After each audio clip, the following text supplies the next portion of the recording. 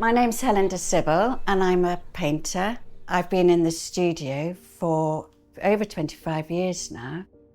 In 2015, I started painting a new series on refugees, and that was in response to the tsunami of media images that were coming through. One tries always just to go on in a bubble, focusing on what you're working on at the time, but actually it just wasn't possible. I have a very long gestation period from the time of the concept, the beginning of a body of work, to beginning to fulfill it. A lot of that's to do with the medium. I have to settle into the right medium for the subject. I often work with collage because it helps me to physically construct space. It's a very freeing experience, something a little playful about it. So it takes that intensity away for a little while. It gives you a bit more objectivity. I find if I'm very subjective when I work, my thoughts get darker and darker, and I can almost close myself down completely, especially in a subject like this.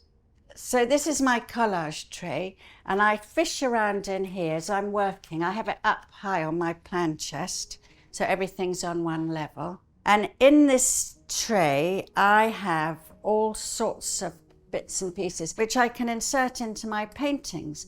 And I do that to build structure, colour, and just to open out the whole process and make it freer. Now here's an early immigrant in America in the 1800s. So that's something else I used. Of course I have Auerbach, but I would never put him in a painting, because that would be against all sorts of, I'd be in big trouble if I did that. And a lot of the collage gets painted over. Once it's in the surface, there'll be layers and layers of collage. So now I'll show you some of the objects also that I use.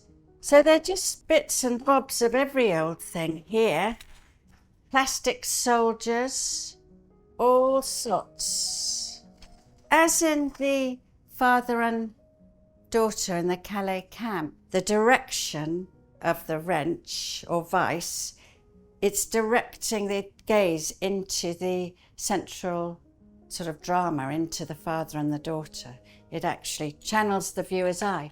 That's something else the artist does when you paint. You are actually directing the eye of the onlooker as you build the painting.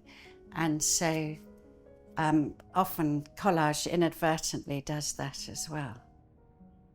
So I've used watercolour paper and I've collaged with more paper into it. I've introduced mesh as well.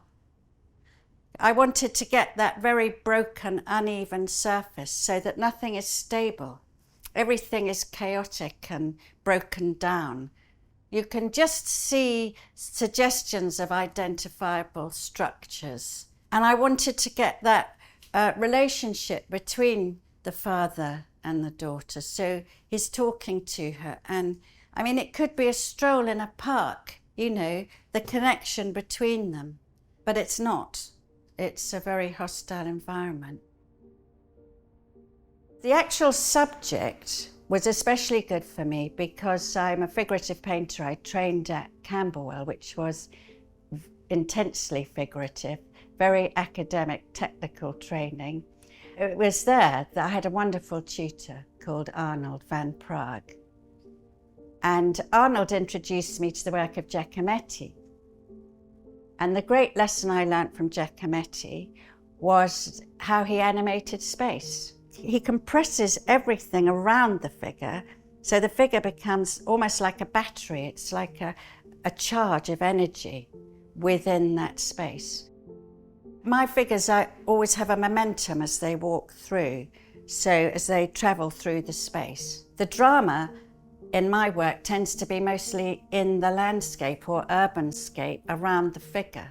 Really, the message of these paintings, what I was conveying, not consciously at the time, but I realised as I worked on them, the figures I wanted to remain whole within this chaos, these chaotic places they found themselves, like in the Calais camp.